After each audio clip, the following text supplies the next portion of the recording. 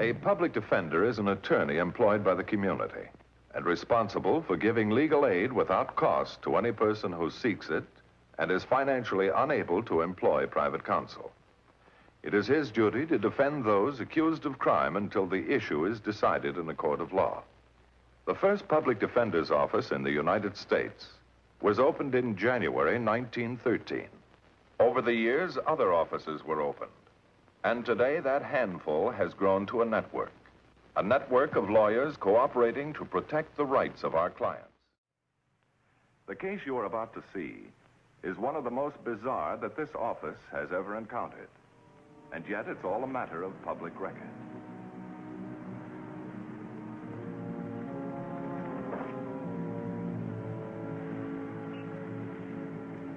Everything clear on the watchman? Everything clear.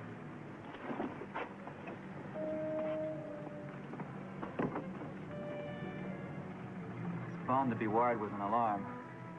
Get the short circuit unit.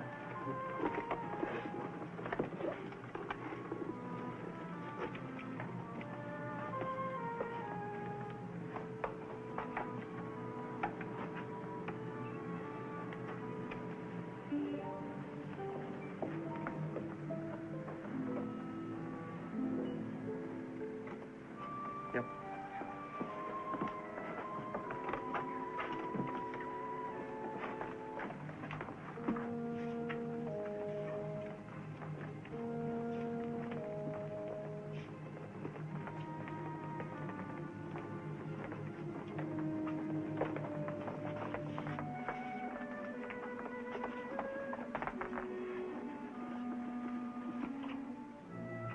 I won't need any tools. I can do this by long-distance telephone.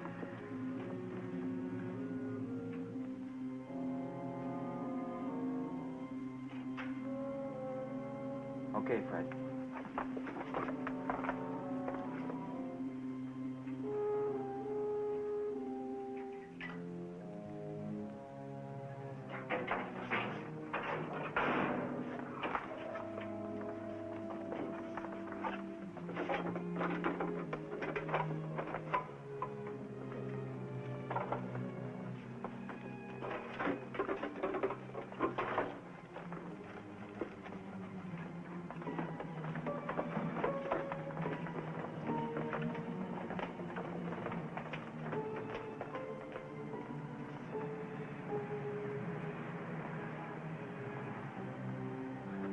I tell you, it wasn't a double play. The ball goes right off the pitcher's glove. That makes it a shortstop play. But Eddie Goose and I didn't make a dime for it.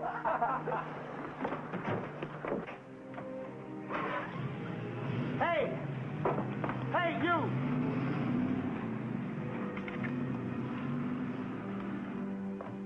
Gentlemen,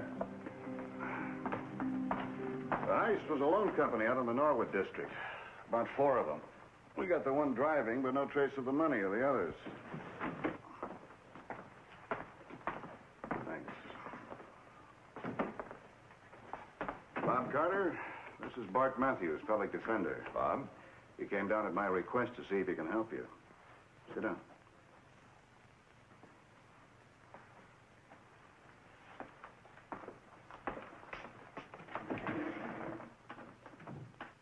What's the matter? My face dirty or something? There's going to be more than that wrong with you, Bob, if you don't come off your high horse and realize that I'm here to help you. Why don't you guys give up? I already told the cop I don't know anything. According to what Lieutenant Varga told me, you knew enough to break into that loan company, take a lot of money, and disguise yourself so that you'd be above suspicion. Thanks for the nice words. Now, can I go back to my cell? Bob, don't you realize the seriousness of the charge against you?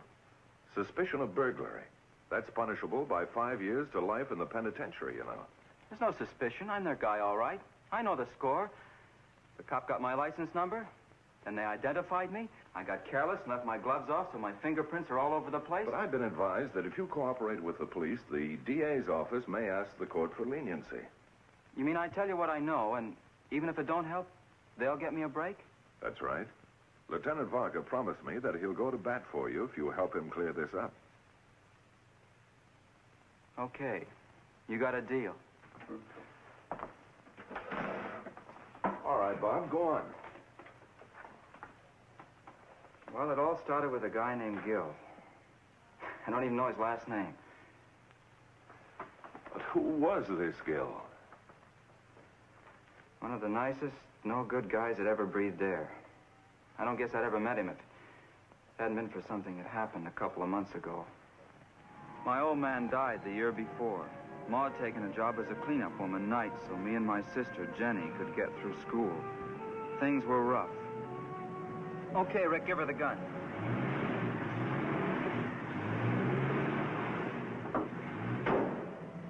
Hey, she all but sings now, Bob. You've got the touch of an angel on anything mechanical. Well, thanks for the ride home from school. I gotta go in now and help Jenny with supper. Yeah, they're having a clam bake tonight at Bathurst Place. Pick you up at 7. Sorry, Rick, I can't make it. What are you talking about? Well, you've been paying for my fun long enough. I can't do it myself. Saddest story I ever heard. Pick you up at 7. No, I mean it, Rick. And why don't you change things, Bob? Make yourself a few bucks. I could help. Look, you and I have been friends for a long time. How you make your money to buy convertibles and do it up brown is your own business. But it's not for me. I'll see you.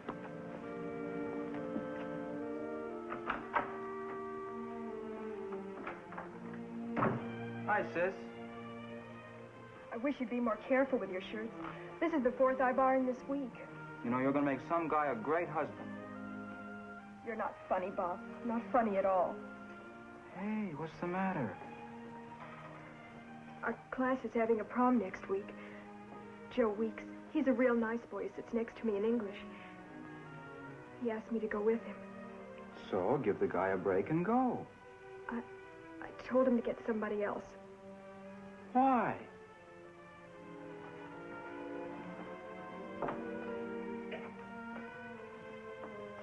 This is the dress that Ma got for me to wear. Like it? Sure, Jenny.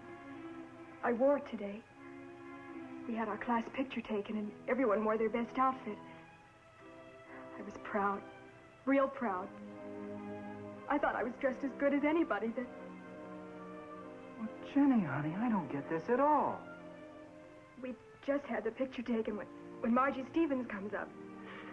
She looks at the dress, and then she laughs and says it's the one that her mother gave to the clothes drive last week. Isn't it a scream? Mom got me a party dress from the clothes drive. One Margie Stevens threw away. Well, I'm throwing it away, too.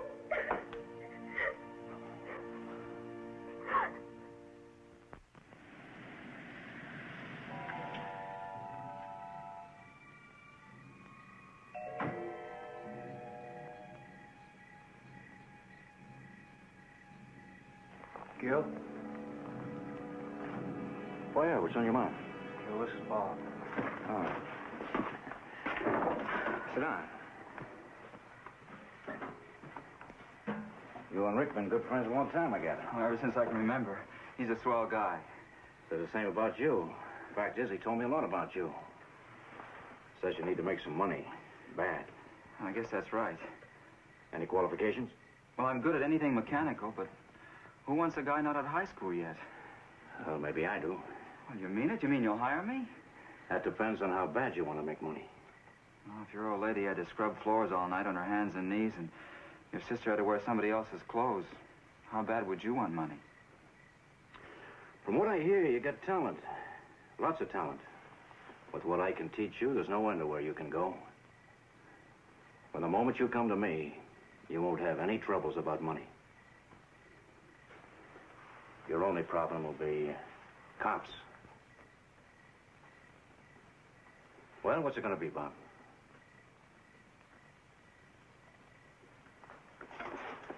I contact the fellows by phone when there's to be a meeting.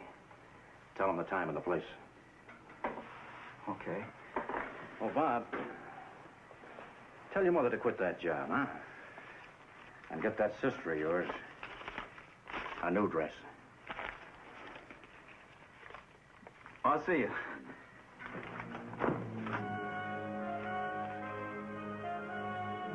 So, in the matter of a 5-minute meeting, the die had been cast. Young Bob Carter wanted money desperately, and Gil Wells had the means whereby he could get it. And between this boy and this man, there developed a great bond of devotion that seemed destined to bind them in tragedy as well.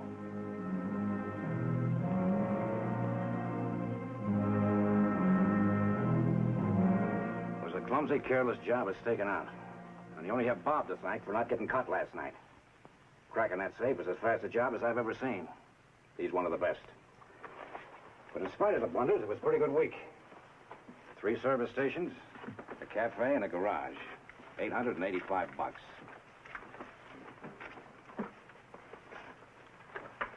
Hey, what's this bit? Where's my cut? Your cut. For what? You're forgetting. I pulled that cafe heist. You used a gun. I've told you and told you, Fred, we don't use guns in this outfit. Now you go without a week's pay to make sure you remember. Now, just a minute. Supposing a cop comes up. Cops have guns, and so do cafe owners. You still got that gun? Sure. Point it at Don. Don, show him what you'd do if a man pulled a gun on you. Now, I'm sure you'll remember. Nice work, Don. Make sure you can all do it as well. All right, you're all warming up for that bakery job tomorrow night. Do it good, and I got a big surprise for you. Okay, I'll call to let you know where to meet. Bob, stick around a minute, will you? Bob, I've got a date with Betty. How about meeting us at Vathis? No thanks. I know. Jenny's alone.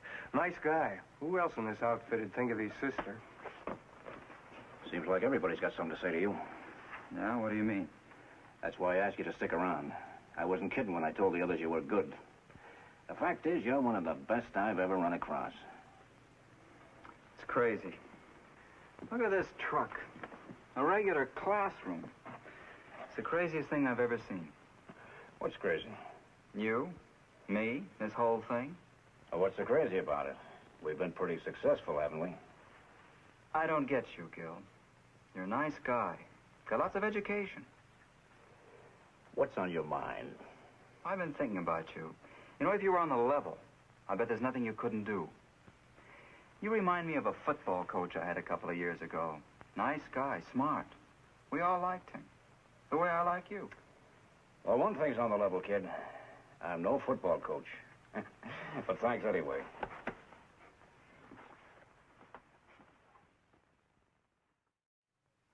Oh, Bob, we're so proud of you. And grateful, too. Ah, forget it. I'm the man of this house, ain't I? Aren't I? Okay, but I am. And my family deserves nice things like anybody else. There's just one thing. Yeah? Ma and I have been wondering. What about? Where you get the money. I told you I got a job. But what kind of job? In a service station across town, I told you. Sylvia Keller's dad works in a service station, too. And she says they're just able to get by. Bob, all these nights away from home, and you never let us know anything about what you do or... Now leave it alone. I'll get it.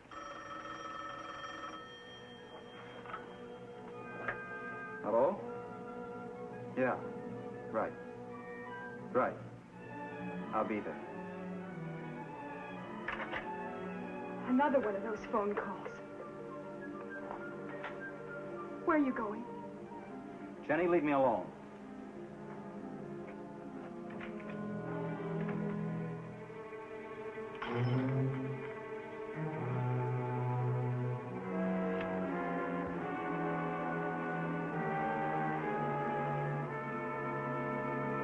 Okay, you did it, and you did it good. Now you're ready for the big time. The Central Loan Company in the Westbury District. It's tomorrow night. We'll meet at the corner of 7th and Logan. There's a small carnival at the corner, and we'll get together there about 10.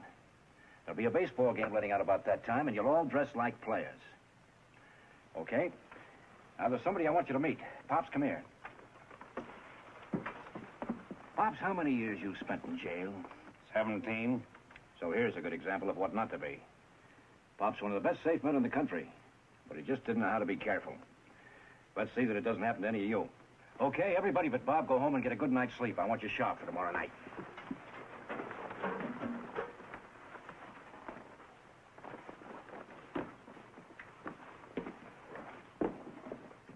Bob. Pop's got some intricate tumblers for you to work on.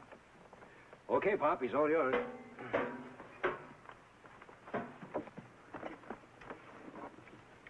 You see, kid, these here new systems on the big jobs have just a little bit more to them. I'll show you. Oh, no point in waiting for Bob. He may be a while. I wanted to talk to you, Gil. What about? I want you to count me out for a few days. Why? I want to get married. Forget it. What are you talking about? It's a tough business, Rick. You gotta keep your mind on your work. No time for vine-covered cottages. Well, now, just a minute. I go out and do a heist for you. That doesn't give you the right to run my life.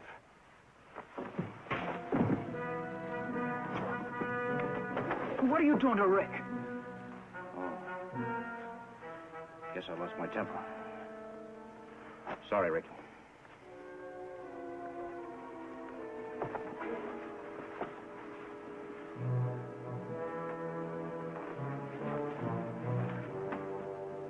And you talk about being smart.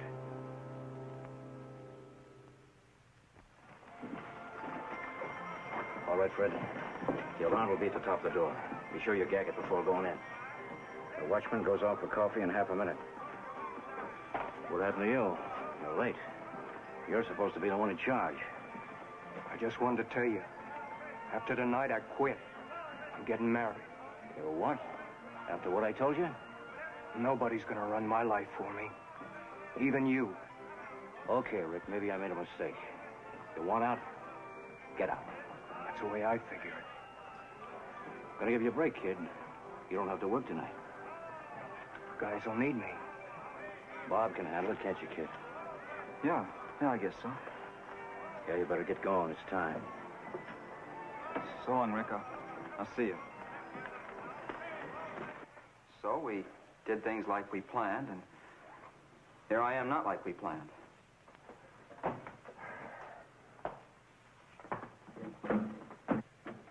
No, you're right. You're not much help.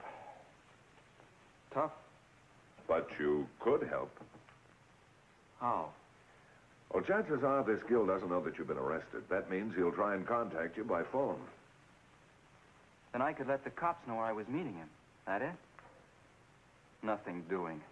I'm no good, maybe, but I'm not going to do that to Gil. I thought you'd like to see this, Bart. Thanks, Bill. I'll wait outside. And this friend of yours, what's his name? You spell his name. I won't say it's the same guy. Maybe you'll change your mind after what you're about to see. What am I about to see? Nothing very pretty. Nothing very pretty at all, Bob.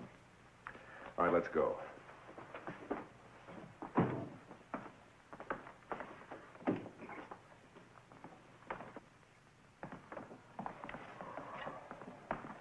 A patrol car was cruising out on Route 77 this evening. They spotted a convertible off the road. They stopped to investigate, and this is what they found. Rick. He's got 3 bullet holes in his chest. Some honeymooner, Bob.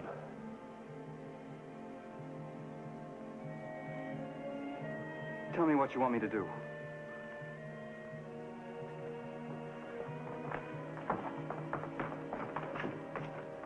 There was only one thing for Bob to do, and that was to go home and sit tight until Gil contacted him. And as it turned out, he didn't have but 12 hours to wait.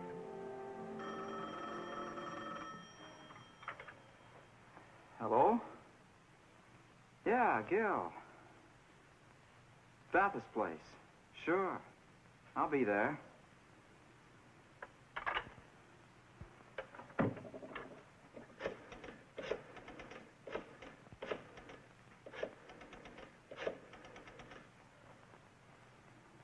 Hello? Give me Bart Matthews. Hey, Bob. Hiya, kid. Gil, what are you doing here? Thought you were supposed to meet me at Bathurst place. Changed my plans. You mind? No, of course not. Where's the truck? Let's go.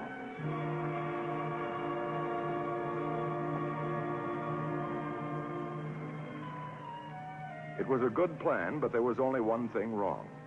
No one had anticipated that Gil Wells would change his mind. Every patrol car was alerted to investigate trucks fitting the description they had been given of Wells' truck.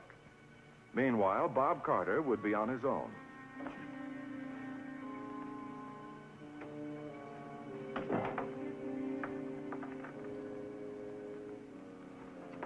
Just a hotel room, kid. Why so much interest? I'm not sure. It's just that you've always been so secret about yourself. I guess I was interested to see how you lived. Make me sound like a pretty important guy. The fact is, you are the only one who knows where I live. Gil, why did you pick me up near the house?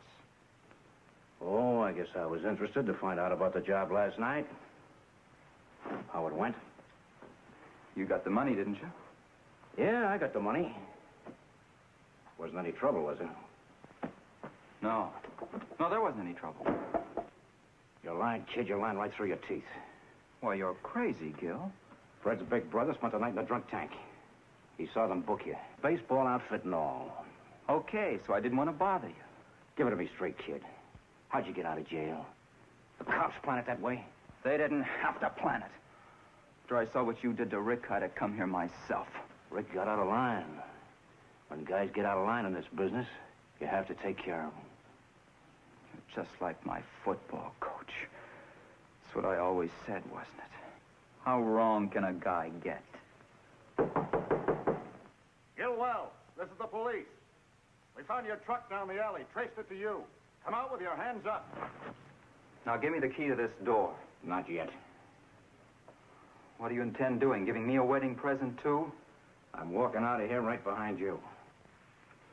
I'm not moving. Like you said, I'm not your football coach. You've got 10 seconds to change your mind. 1, 2... First it was Jenny. 3... Then it was Rick and Betty. 4... Now me. 5... How many more lives you wrecked? 6... How many more people cry themselves to sleep at night because of you? 7... 8... 9...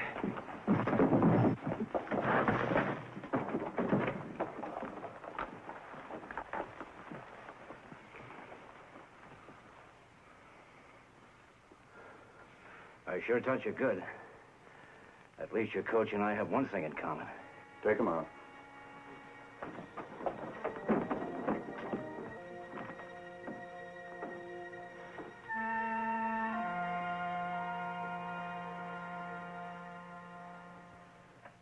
And so, with the capture of the other youth, one of the nation's most unique crime rings was brought to an end. Gil Wells was convicted of the murder of Rick Martin and subsequently executed. As for Bob Carter, he is just finishing a sentence in a juvenile correction institution. Now qualified to earn an honest living, he will soon be paroled to his mother and sister. He has received his master mechanic's license, a much better use for skilled hands. The case you have just seen was brought to a fair and just conclusion through the efforts of a public defender. Tonight, Philip Morris salutes Public Defender Leslie E. Still, City of Long Beach, California, and his staff for outstanding achievement in the cause of justice.